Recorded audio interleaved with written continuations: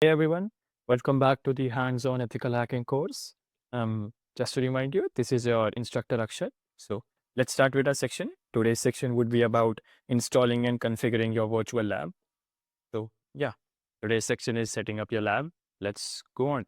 So what we're going to do basically in this section is we are going to use the concept of virtualization. So what is virtualization, you ask? Well, if you read the definition online, or the way I'd like to describe in big words, is virtualization is the process of running a virtual computer system in a layer abstracted from the actual hardware. So basically, what I mean by that is you are going to run an operating system inside your existing operating system. As you may realize, Linux is a different operating system than Windows, and to run it on your computer, you either have to remove your host operating system or Windows from it, or you have to boot it by dual booting. By dual booting, you lose the ability to use Windows, at a time. So the concept of virtualization gives us the ability to use Linux inside of Windows without going through any hassle of installing or reconfiguring it or messing with our hardware. So if you're still confused how a virtual machine works, I have a simple graph here to explain it briefly how it works, because the whole explanation is not the concept of this course, but we can still go through this to understand how it works. So at the bottom of the layer, we have our host OS, which is most probably Windows, and the real hardware, which could be your desktop or laptop. So basically, you have your Windows installed on your desktop or laptop. On top of that, we have the virtualization software, which is also called the hypervisor application. Hypervisor is just another name for the concept of running an operating system inside an operating system. So what this software will do is it will emulate hardware. What do you mean by emulate? Well, basically, it will emulate itself to the guest operating system that it has hardware. So as you may realize, to install an operating system, you need a CPU, you need a GPU, you need a display, you need a keyboard, monitor, storage. So where will all of that come? Well, the thing is, we are not going to use our real, the real components of our desktop or laptop. What we are going to do is we are going to use the virtualization software, which will emulate all of that for us. So what it will basically do is it will create digital copies or digital clones of a hard disk or a RAM or a computer or a CPU, so that the guest operating system sees it as real hardware and we can install it. So the guest operating system we are going to be using today is Kali Linux, or basically Debian Linux, the flavor of Kali.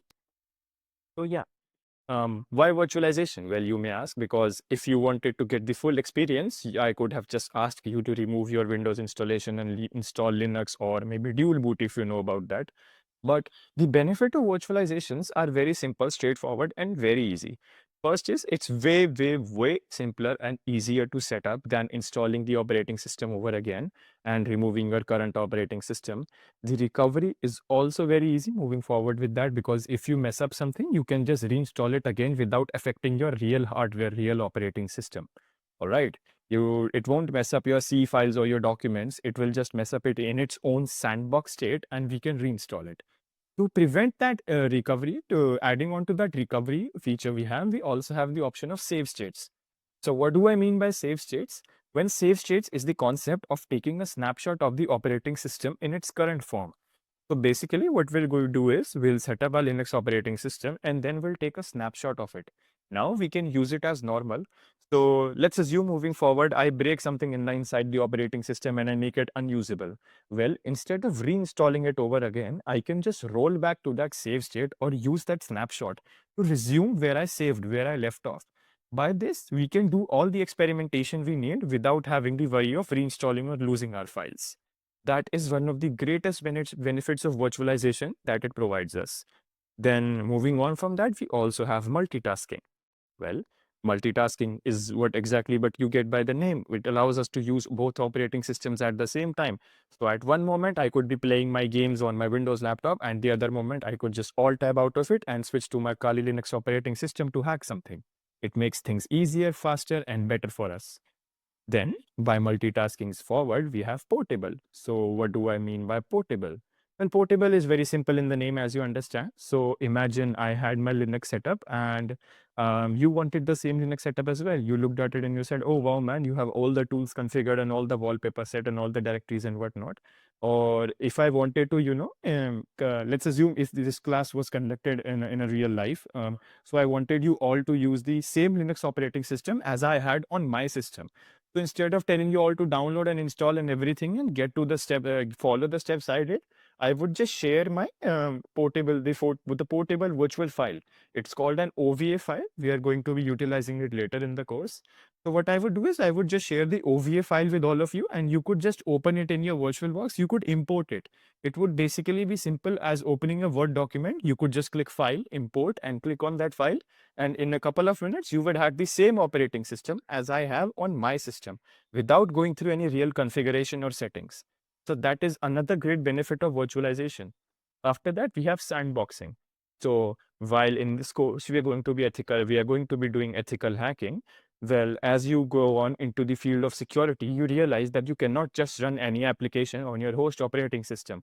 So imagine if you have got a shady file from the internet, which you are not sure about, you can always boot up a virtual operating system inside your current operating system and try to run that inside the virtual operating system.